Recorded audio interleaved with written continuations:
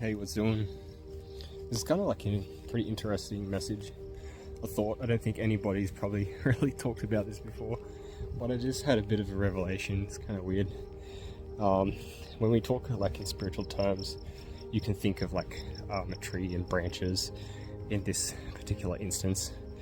I'm just going to tell you a little bit about how this came to my mind.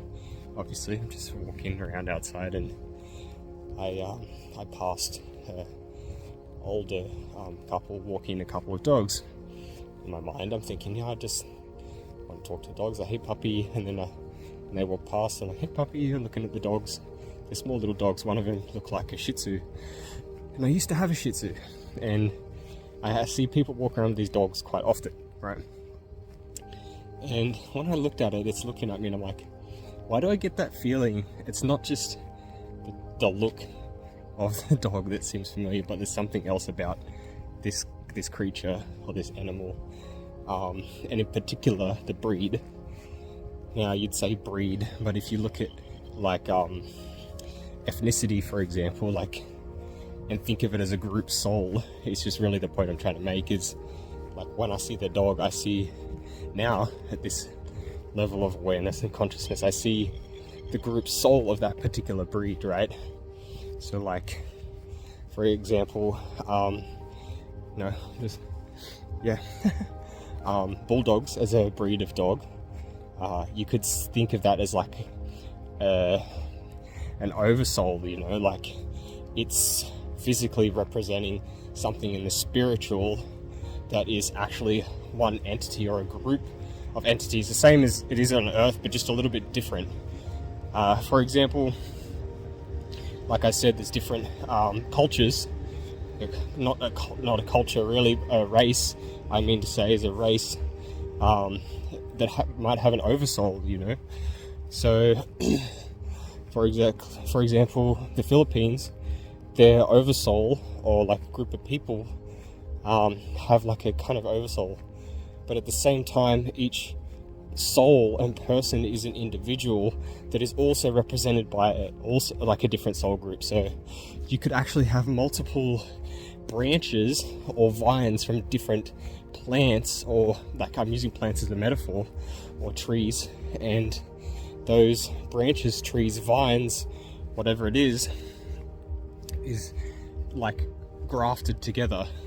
So you might have one aspect which gives the physical manifestation, representation, physical features that are reflected in someone's appearance that might be from genetics, but that genetic structure also exists in the spiritual realm, which filters down. So that could be one aspect, but then also each individual person is also part of a soul family, which is actually not represented by physical features, but in some cases could be, but in a lot of cases it's not. So an example would be like, you could get a group of any group of people, any ethnic group or race, and put them all together, and that one group of one race, and then compare that to another, and you're going to find the same kinds of people with like similar archetypal or archetypal nuances that they're expressing through different genetic structures and physical traits and mannerisms, expression of physical, verbal, emotional expression. This is really deep, but the revelation is that, like, this is for people that are spiritually aware. I mean, like, if you're not, then you're probably not going to understand this at all. Like, if you can understand the concept that we are the planet and we are all one being at a higher level, we're all interconnected, like the whole universe is one being, one entity, and the creator that created the universe is also one with us, and we're one with it, and we're self-created and all these concepts. But at the same time, higher beings, which are also us, from a future point in time, which is all of time is now, so it's already existing. It's all unfolding linearly. Anyway, so these higher dimensional beings, which we are also, are the family tree. Like, for example, although we're in the third or fourth dimension, which is time and space, my soul, as an example, might be from the sixth dimension or the seventh dimension, and I already exist in a future timeline where I've already evolved to a much higher state of consciousness, awareness, and dimensionality, but I'm also existing here in time and space, expressing this message on this wavelength and frequency and this density to you, to express the idea of family ties and the physicality of the structure of genome sequencing that the ancient builders have created and grafted together. So we're not just physically diverse, but multidimensionally diverse, spiritually diverse, and emotionally diverse, and that's just like the essence of it. And I was just using dogs as an example of that oversoul or soul group of that particular breed, but it's the same for all creatures, and not just animals, but like fruits and vegetables and plants and stuff. It's also the same thing. It's awareness is a being, and I think this goes back to, like, you know, ancient belief systems of gods and spirits, and people use God and spirit interchangeably, but it's not the same thing, it's separate. For example, Hindus believe there's 33 million gods, but in another belief system, paganism, they won't call them gods, they will call them spirits or something, as an example. So what one person will call a god, another person will call a spirit. So the spirit is in control of that element, for example, earth or wind. You know, there's a spirit for that. But some other belief system might call it a god, but it's, you know, a god is something that can create and has that level of awareness. But I can't tell you that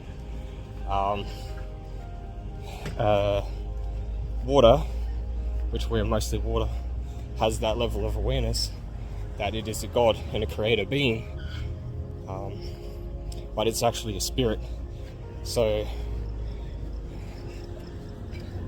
yeah,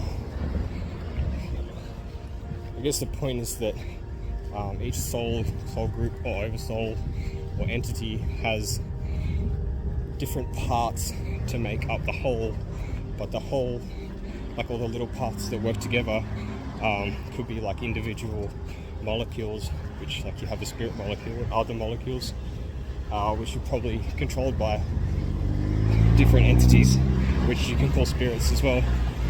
And they're not gods, but they can be a part of a god or a race of gods that have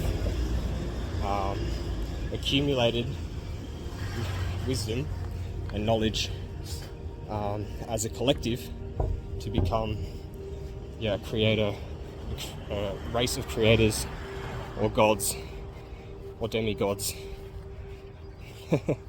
So yeah, the soul family, the soul tree, the soul group, the family tree that filters from the spiritual into the physical has to exist. Otherwise, we can't exist in the physical, and those other things wouldn't exist either, because they have to filter down from the spiritual realm. So if you think of, like they say, the humans in the family tree, like your family tree, it's not just, you don't just have a physical family tree, you also have a spiritual family tree. And you need to understand that just because you have a physical family doesn't mean that that's like your family, if you get what I mean. They say blood's thicker than water. Yeah, it's true, but also what's more important than that is the spirit realm, which is where we come from.